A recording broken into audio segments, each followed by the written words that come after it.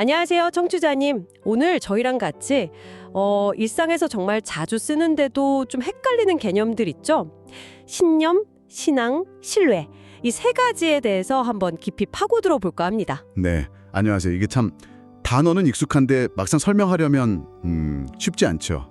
서로 비슷해 보이면서도 또 결정적인 차이가 있고 이게 다 얽혀서 우리 생각이나 행동, 관계에 영향을 주거든요. 오늘 한번 제대로 파헤쳐보죠. 맞습니다. 저희가 오늘 주로 참고할 자료는 이윤모 박사님의 신념의 사회학 논고인데요. 여기에 이제 리더십에서의 신뢰나 믿음과 신뢰의 차이 같은 다른 글들도 좀 같이 보면서 이야기를 풀어갈 거예요. 네, 다양한 관점에서 이 개념들을 좀 들여다볼 수 있겠네요. 네, 그래서 오늘 이걸 통해서 청취자님들께서 이 복잡한 개념들을 좀 명확하게 이해하시고 또 세상을 보는 시야를 조금 더 넓히실 수 있도록 흥미로운 내용들로 준비해봤습니다. 요즘같이 정보가 정말 넘쳐나는 시대에는 이런 기본 개념을 잘 잡는 게 더 중요해지는 것 같아요. 맞아요. 그럼 바로 본론으로 들어가 볼까요? 자, 신념, 신앙, 신뢰. 이 셋을 구분하는 가장 큰 차이점 뭘로 봐야 할까요? 가장 핵심은 초점이 어디에 있느냐 같아요. 이 박사님 논고에서도 그걸 강조하는데요. 초점이요? 예를 들면 지구는 둥글다 이런 건 어디에 해당할까요? 신념? 네, 정확합니다. 그건 신념, belief에 가깝죠. 신념은 기본적으로 이것은 사실이다 혹은 이것은 가능하다라고 여기는 생각이에요. 세상을 이해하는 나름의 어떤 설명 틀 아니면 목표를 이루기 위한 방법, 도구에 대한 정보 이런 걸 말하는 거죠. 아, 정보의 내용이나 그 과정 자체가 중요하다는 거군요. 이게 합리적인지 사실인지 이런 판단이요. 네, 그렇죠. 그 정보 자체에 좀 더 무게를 두는 편이에요. 그걸 실행하는 주체보다는요. 그렇군요. 그럼 신앙은 어떻게 다를까요? 이게 꼭 종교적인 것만은 아닐 텐데요. 맞아요. 신앙은 신념에 아주 강한 정서 그리고 행동하려는 의지가 딱 결합된 상태라고 볼 수 있어요. 이해보다는 결과 자체 혹은 그 결과를 가져다 줄 거라고 믿는 어떤 근원이나 대상에 대한 강한 믿음, 기대 이런 게 핵심이죠. 아, 약간 이해보다는 헌신에 가까운 느낌. 네, 그런 면이 있죠. 예를 들어서 어떤 사람이나 사상이 세상을 구원할 거다 이렇게 굳게 믿고 막 거기에 헌신하는 마음 이런 거요. 이게 꼭 논리적인 언어가 아니라 강렬한 이미지나 느낌 이런 형태로 존재할 수도 있고요. 아하, 신념에 약간 머리로 하는 이해라면 신앙은 좀 더 가슴으로 하는 기대와 헌신 이렇게 정리해 볼 수 있겠네요. 그럼 신뢰, 트러스트는요? 이건 주로 관계에서 많이 쓰는 말이잖아요. 네, 신뢰는 특정 대상, 그게 사람이든 시스템이든 그 대상의 기능에 대한 기대와 아주 밀접해요. 저 사람은 약속을 잘 지킬 거야 라거나 이 은행은 내 돈을 안전하게 지켜주겠지 하는 것처럼요. 아, 기능에 대한 기대요. 네, 그리고 여기에는 과거의 경험이 아주 중요한 기반이 됩니다. 그래서 왜 인터넷 커뮤니티 같은 데서도 신뢰는 경험에서 온다 이런 말 많이 하잖아요. 맞아요, 맞아요. 쌓기는 진짜 어려운데 깨지는 건 한순간이다 이런 말도 있고요. 미주 한국일보 기사에서도 비슷한 지적이 있었던 것 같고요. 그렇죠. 그래서 리더십 관련 자료들 보면 항상 신뢰가 핵심 요소로 등장하죠. 네, 단순히 능력이 뛰어난 것만으로는 부족하고 그 사람의 어떤 선이나 도덕성을 믿을 수 있을 때, 그러니까 기꺼이 의지할 수 있을 때 진짜 리더십이 나온다. 이런 이야기들요. 맞습니다. 사회적 관계를 맺는 아주 기본적인 바탕이 되는 거고요. 자, 그럼 정리해보면 신념은 이해에, 신앙은 결과와 근원에, 신뢰는 경험과 의존에 좀 더 방점이 찍혀 있다. 이렇게 볼 수 있겠네요. 네, 구분이 좀 명확해지는 것 같아요. 근데 여기서 흥미로운 지점이 하나 있어요. 이윤모 박사님 지적인데 한국 사회가 보면 강한 신앙적인 정서가 좀 두드러지는 경향이 있는데 이게 반드시 깊이 있는 신념, 그러니까 대상에 대한 충분한 이해나 지식을 꼭 동반하는 건 아닐 수도 있다는 거예요. 아, 그럴 수 있겠네요. 강하게 믿지만 왜 믿는지는 깊이 생각 안 해봤을 수도 있고요. 자, 그럼 이제 가장 기본이 되는 신념에 대해서 좀 더 깊이 들어가 보죠. 신념 중에서도 우리 삶에 뿌리 깊이 영향을 미치는 핵심 신념이라는 게 있다고요. 네, 핵심 신념. 이건 정말 중요합니다. 나는 누구인가? 세상은 어떤 곳인가? 하는 가장 근본적인 믿음들이에요. 예를 들면 나는 사랑받을 만한 사람이다 라거나 반대로 나는 늘 부족해 같은 생각들이죠. 이게 우리 가치관, 행동규칙, 삶의 모든 선택에 다 영향을 미치죠. 와, 정말 중요하네요. 근데 이런 핵심 신념은 한번 딱 자리 잡으면 바꾸기가 정말 어렵다고 하던데요? 왜 그런 거죠? 그게 바로 확증 편향 때문인 경우가 많아요. 자기 믿음이랑 맞는 정보만 자꾸 찾고 받아들이고 반대되는 정보는 무시하거나 외면하는 거죠. 아, 듣고 싶은 것만 듣는 거군요. 네. 게다가 감정하고도 이게 깊이 얽혀 있어서 더 바꾸기가 어려워져요. 심지어는 덜 중요한 신념 때문에 이 핵심 신념이 가려지거나 왜곡되기도 한다면서요? 책에서 예시로 든 게 정치인이 신념과 다른 정당으로 옮기는 경우나 종교인이 교리보다는 개인 이익을 우선시하고 그걸 합리화하는 경우 이런 걸 분석했던데요. 네, 맞아요. 어떤 목표 달성이나 규칙 준수 같은 부차적인 신념이 원래 가지고 있던 핵심 신념을 덮어버리는 현상이죠. 여기서 중요한 건 이 예시들이 특정 정치인이나 종교인을 비판하려는 의도가 아니라 신념 체계가 이렇게 복잡하게 작동할 수 있다는 걸 보여주기 위한 이 박사님의 연구 속 분석 사례라는 점이에요. 네, 어떤 인간 심리의 보편적인 측면을 설명하려는 거군요. 그렇죠. 특정 집단을 옹호하거나 비판하는 게 아니라는 걸 다시 한번 말씀드립니다. 알겠습니다. 그럼 신념이 처음 만들어지는 과정은 어떤가요? 크게 세 가지 경로가 있다고 하던데요. 네, 첫 번째는 원초적 신념인데요. 아주 어릴 때 직접적인 경험으로 생겨요. 아이가 부모를 세상 전부로 믿는 것처럼요. 근데 이게 나중에 세상을 더 알게 되면서 업데이트가 안 되면 좀 위험할 수 있죠. 그렇겠네요. 두 번째는요? 두 번째는 유도된 신념이에요. 이건 다른 사람, 부모님, 선생님, 아니면 사회적 권위자한테서 받아들인 믿음이죠. 이때는 정보 내용 그 자체보다는 그 정보를 주는 사람에 대한 신뢰, 이게 더 중요하게 작용해요. 집단 정체성이랑 연결되는 경우도 많고요. 아, 권위나 집단 문화가 강한 사회에서 좀 더 흔할 수 있겠군요.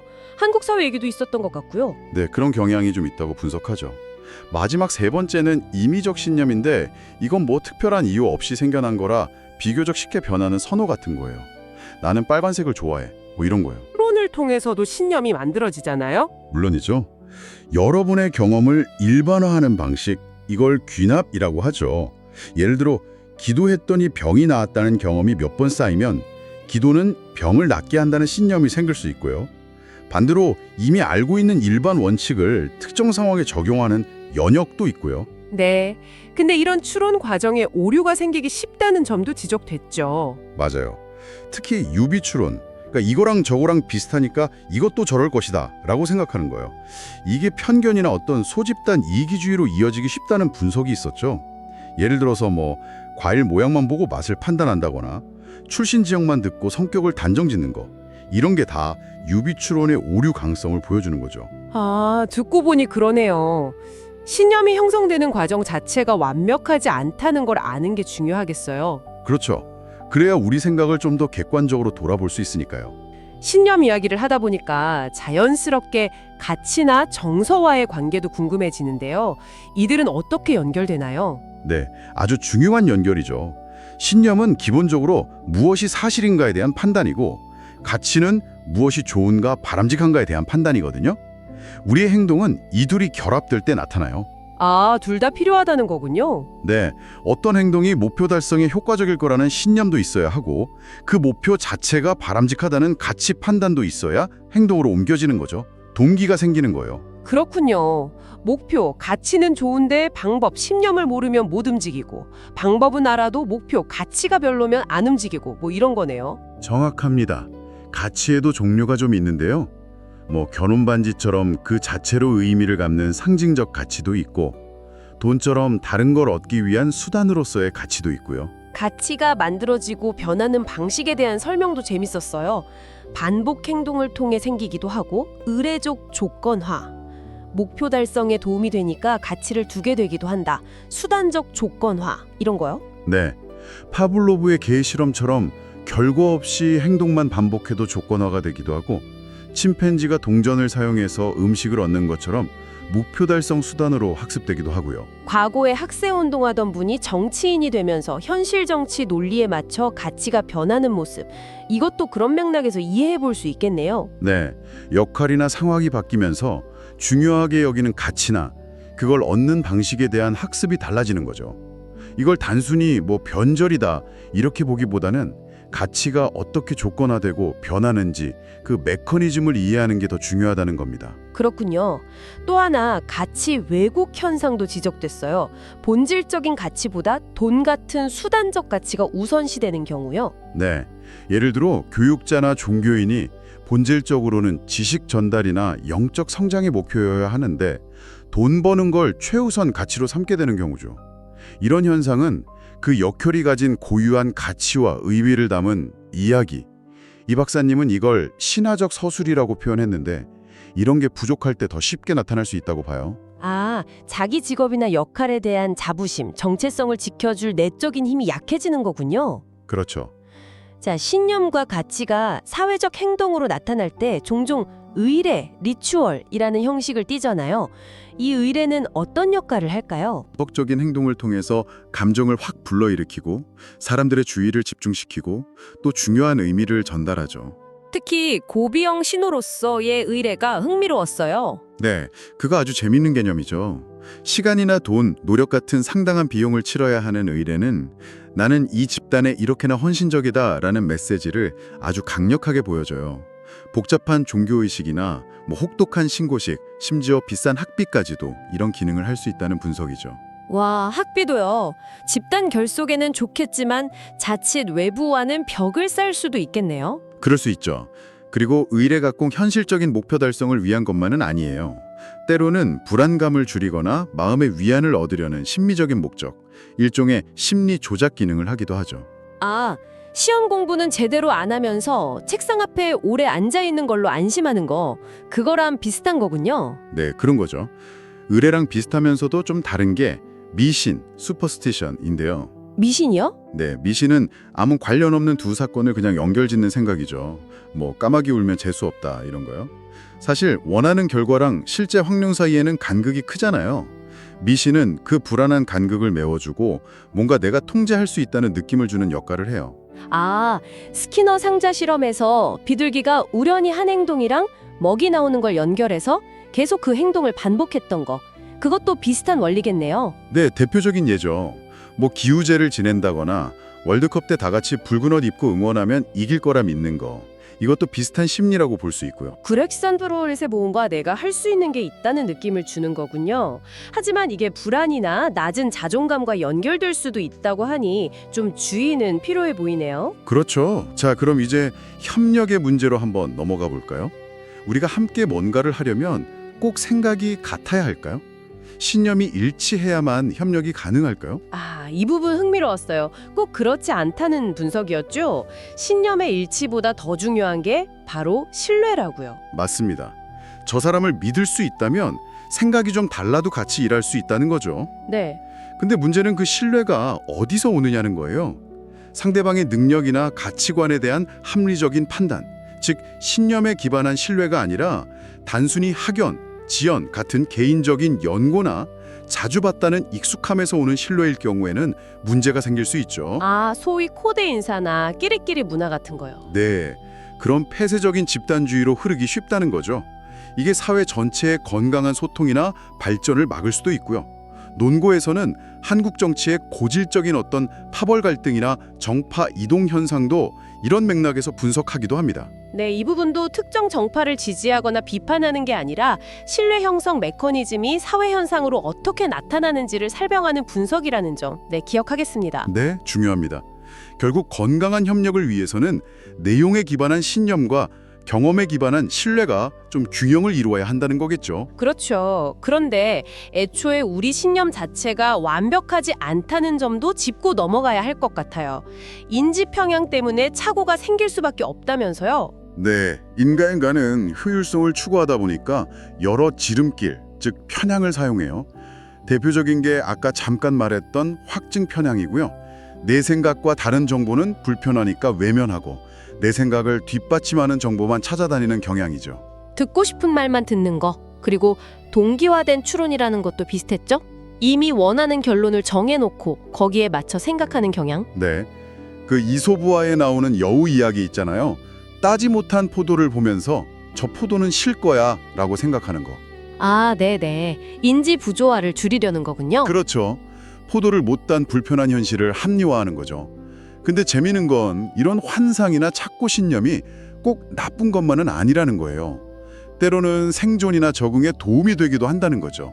착오가 도움이 된다고요? 그건 좀 의외인데요. 예를 들면 어떤 걸까요? 예를 들어 자기 자신에 대해 실제보다 조금 더 긍정적으로 생각하는 긍정적 자기 환상 같은 거예요. 이게 자신감을 높여주고 도전을 가능하게 하거든요.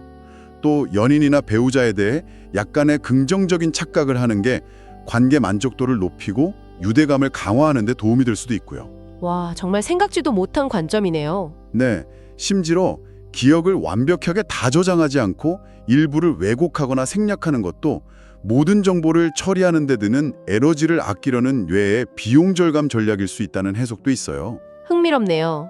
착오 신념이 때로는 관계를 유지하고 약속을 지키게 하는 장치 역할도 한다고요? 종교에서 원죄론과 용서를 통해 관계를 회복하는 메커니즘처럼요. 네, 그런 분석도 가능하죠. 물론 이런 착오가 심각한 현실 왜곡이나 잘못된 판단으로 이어질 위험도 당연히 크지만요. 그래서 수용과 신념을 구분하는 게 중요하다는 말씀도 하셨죠. 네, 어떤 아이디어나 주장을 진실이라고 굳게 믿는 것, 빌리프와 현실적인 이유, 예를 들어 보상이나 처벌 회피, 사회적 압력 때문에 그냥 받아들이는 것, 액셉턴스는 다르다는 거죠. 천국 가려고 열심히 교회 다니는 행동이 진정한 신앙심일 수도 있지만 보상을 얻기 위한 실용적인 수용일 수도 있다는 그런 분석입니다. 와, 정말 인간 마음이라는 게 복잡하면서도 흥미롭네요. 자, 이제 마지막으로 이 모든 논의를 리더십과 연결해서 마무리하면 좋을 것 같습니다. 결국 리더십의 핵심은 신뢰 구축이라고 할 수 있을 텐데요. 네, 맞습니다. 여러 리더십 연구나 자료들을 종합해보면 리더에 대한 신뢰는 크게 세 가지 요소에서 온다고 봐요. 첫째는 능력. 리더가 일을 잘 처리할 거라는 믿음이죠. 둘째는 선의. 리더가 나에게 호의적이고 나를 배려할 거라는 믿음. 셋째는 도덕성. 리더가 일관된 원칙과 도덕성을 가지고 행동할 거라는 믿음. 능력, 선의, 도덕성. 이 세 가지군요. 네, 단순히 말을 번지르르하게 잘하는 스토리텔링 능력만으로는 부족하고 그 내용의 진실성, 그리고 리더의 실제 행동이 뒷받침될 때 진짜 신뢰가 쌓인다는 거죠. 그래서 특히 윤리적 리더십이 강조되는 거군요. 어떤 연구 결과를 보니까 리더가 공정하고 정직하고 구성원을 존중하는 그런 윤리적인 태도를 보일 때 구성원들이 리더를 신뢰하게 되고 그 신뢰가 심리적 안정감으로 이어진다고 하더라고요. 네, 그리고 그 심리적 안정감이 구성원들이 자유롭게 자기 의견을 내놓는 발언 행동을 촉진하고요. 아, 그래서 그게 결국 조직 전체의 혁신 행동으로 이어진다. 이런 분석이었죠. 맞습니다. 즉, 윤리적 리더십이 신뢰라는 다리를 통해서 조직의 혁신과 성장을 이끄는 핵심 동력이 된다는 거죠. 이건 비단 조직뿐 아니라 우리 사회 전체에도 시사하는 바가 크다고 생각해요. 와, 오늘 정말 깊은 이야기를 나눈 것 같습니다. 신념, 신앙, 신뢰. 이 비슷해 보이는 개념들이 실제로는 각기 다른 초점과 기능을 가지고 있고 또 이게 우리의 가치, 감정, 행동, 사회적 관계 속에서 얼마나 복잡하게 얽혀 돌아가는지 제대로 살펴본 것 같아요. 네, 인지 편향의 함정부터 시작해서 착오 신념의 의외의 기능까지 정말 흥미로운 지점들이 많았죠. 네. 오늘 저희가 나눈 이야기들이 청취자님께서 세상을 이해하고 또 타인과 관계를 맺고 자기 자신의 생각을 돌아보는데 조금이나마 도움이 되었으면 좋겠습니다. 네, 특히 요즘처럼 뭐든 쉽게 믿어버리기 쉬운 정보 과잉 시대에는 오늘 이야기 나눈 이런 개념들을 바탕으로 좀 비판적으로 생각하고 건강한 신념을 만들어가는 게 더 중요해진 것 같습니다. 맞아요. 자, 그래서 마지막으로 청취자님께 이런 질문을 던지면서 마무리하고 싶습니다. 신념은 우리에게 강력한 힘을 주지만 동시에 우리를 편견과 착오에 빠뜨릴 수도 있잖아요. 그렇다면 우리는 어떻게 해야 개인적으로 의미 있으면서도 현실에 단단히 발을 딛고 나아가 사회적인 분열보다는 건설적인 소통을 가능하게 하는 그런 좀 지혜로운 신념들을 갖고 나갈 수 있을까요? 정말 계속 스스로에게 던져봐야 할 중요한 질문인 것 같습니다. 끊임없이 성찰하고 또 열린 마음을 가지려는 노력이 필요하겠죠. 네. 오늘 저희와 함께 이 깊은 탐구 여정에 동참해 주셔서 정말 감사합니다, 청취자님. 다음에도 더 흥미로운 주제로 다시 찾아뵙겠습니다. 고맙습니다.